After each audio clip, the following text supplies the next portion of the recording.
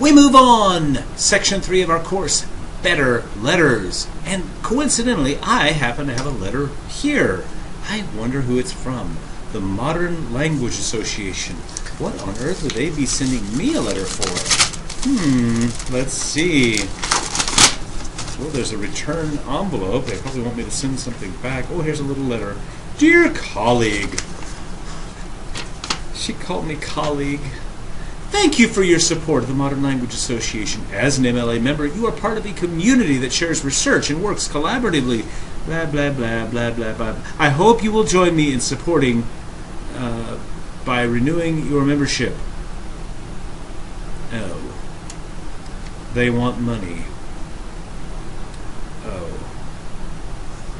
Well, I see. I thought they were wanting to tell me how wonderful I was. Okay. Letters are a dying art form.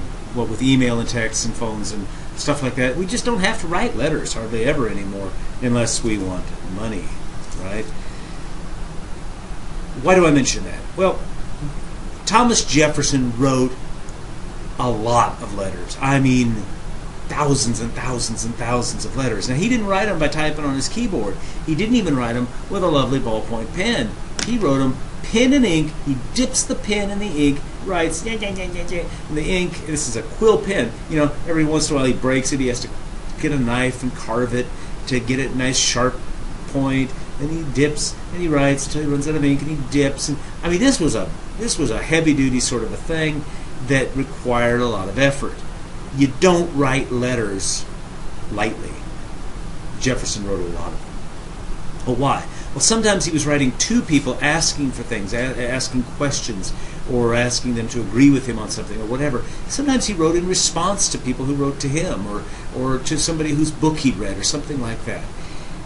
This week, or these 2 weeks, for this paper, we're going to use one of Thomas Jefferson's letters, and you'll see in the materials there are some letters that I've selected that you might want to work from. But if you want to go, above and beyond and find some obscure letter that that I've never seen before, that's fine.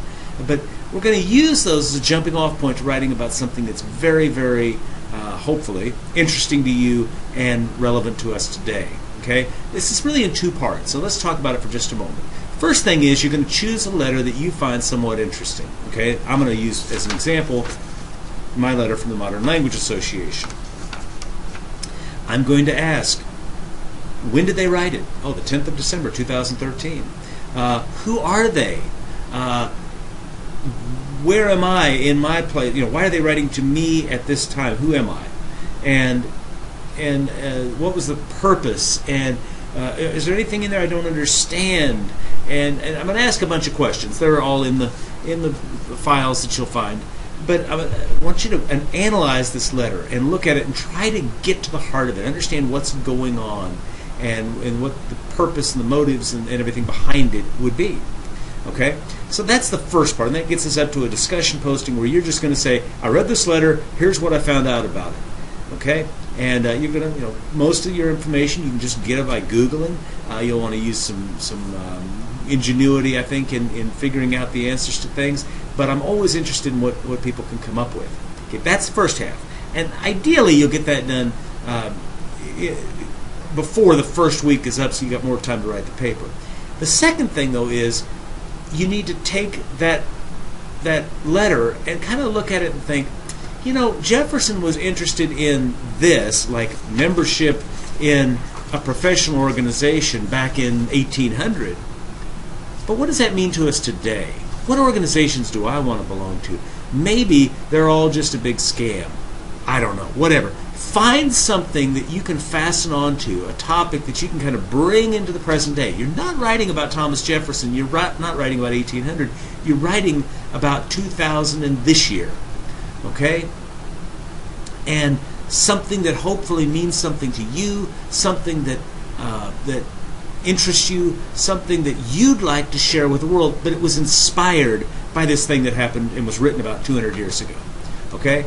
If you can do that, if I can look at it and go, oh, okay, I see how you got from this letter to what you wrote, then it'll make sense. Now, if you take say Jefferson's letter to the Danbury Baptists, where he talks about the wall of separation between church and state, and you end up writing about how you think street racing ought to be legal, I'm going to have a hard time understanding how you got from point A to point B. So you may have to explain it. But as long as it's fairly clear how you got from the letter to what you want to write about, then I'm going to be happy with just about anything you write about. All right? Have a great week, and I'll be happy. Sound like one of those Duck Dynasty guys. Happy. I will be happy to talk with you if you say, well, could I write about this?